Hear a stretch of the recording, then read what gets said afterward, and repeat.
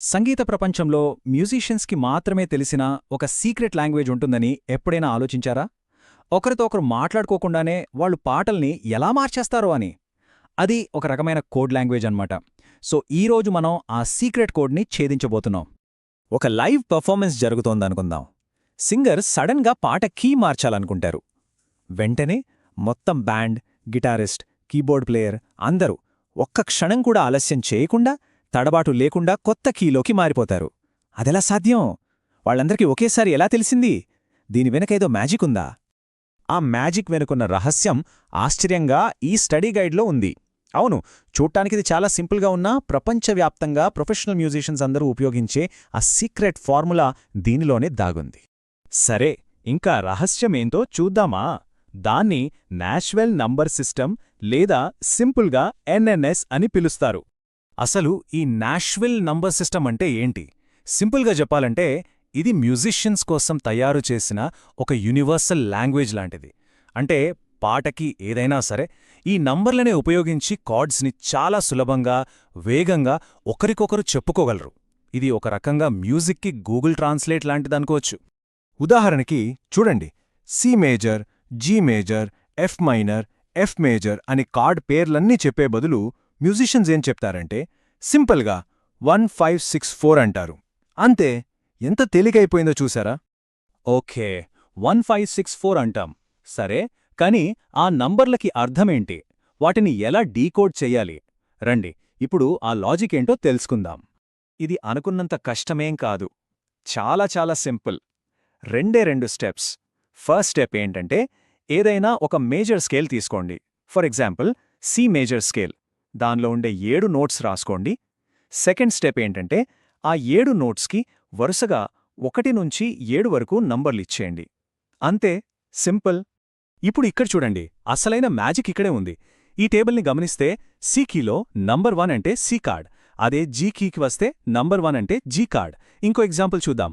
Number 6 అనేది C కీలో AM, A minor అయితే అదే నంబర్ 6 అనేది జీ కీలో ఈఎం, ఈ మైనర్ అవుతుంది. చూసారా? నంబర్లు అవే ఉంటాయి, కానీ మనం ఏ కీలో ఉన్నామో దాన్ని బట్టి కార్డ్స్ మారిపోతాయి. దీనివల్ల అసలైన ఉపయోగం ఏంటో ఇప్పుడు చూద్దాం. ఏ కీలోనైనా మ్యూజిక్ ప్లే చేయడం ఎంత ఈజీ అవుతుందో మీరే చూడండి.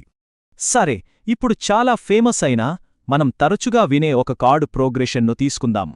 అదే 1564. వావ్! ఇక్కడ చూడండి ఎంత అద్భుతంగా ఉందో. ఈ ఒక్క 1564 ప్రోగ్రెషన్ని మనం ఏ కీలో కావాలంటే ఆ కీలో ప్లే చేయొచ్చు. ఉదాహరణకి కీ ఆఫ్ సిలో అయితే సి, జీ, ఏఎం, ఎఫ్. అదే కీ ఆఫ్ జీలో అయితే జీ, డి, ఈఎం, సి. ఇంకా కీ ఆఫ్ డీలో అయితే డి, ఏ, బిఎం, జీ. అంటే ఒక్కసారి మనకా నంబర్ల సీక్వెన్స్ తెలిస్తే చాలు, ఏ కీలో అయినా క్షణాల్లో పాటని వాయించేయొచ్చు. ఎంత టైం సేవ్ అవుతుందో కదా! నిజానికి ఈ 1564 ప్రోగ్రెషన్ మనం వినే వందలాది పాటలకు బేస్.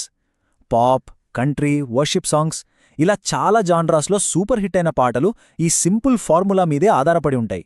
బహుశా మీకు ఇష్టమైన పాట కూడా ఇదే ప్రోగ్రెషన్లో ఉండొచ్చు. సరే, ఇదంతా బాగుంది, కానీ అసలు ఈ సిస్టమ్ ఎందుకింత ముఖ్యం? దీనివల్ల మ్యూజిషియన్స్కి కలిగే అసలు ప్రయోజనమేంటి? దీని ప్రాముఖ్యతను చెప్పడానికి ఈ ఒక్క ఉదాహరణ చాలు. ఒక వర్షిప్ లీడరు స్టేజ్ మీద మైక్లో జీలో 1456 అని అనౌన్స్ చేయగానే బ్యాండ్లోని ప్రతి ఒక్కరూ ఒకరి ముఖమొకరు చూసుకోకుండా, ఎలాంటి కన్ఫ్యూజన్ లేకుండా వెంటనే జీసీడీఈఎం కార్డ్స్ని ప్లే చేసేస్తారు. అంటే చూడండి, ఈ నంబర్ సిస్టమ్ అనేది మ్యూజికల్ కమ్యూనికేషన్లో ఫ్లూయెన్సీని ఎంతలా పెంచుతుందో. సో ఫైనల్గా దీనివల్ల వచ్చే బెనిఫిట్స్ ఏంటంటే, 1. పాట కీని ఇన్స్టంట్గా మార్చొచ్చు. 2. తోటి మ్యూజిషియన్స్తో చాలా ఫాస్ట్గా కమ్యూనికేట్ చెయ్యొచ్చు. 3. కొత్త పాటల్ని చాలా త్వరగా నేర్చుకోవచ్చు. ఇక ఆఖరిగా 4. మ్యూజిక్లో రిపీట్ అయ్యే ప్యాటర్న్స్ని ఈజీగా పట్టుకోవచ్చు.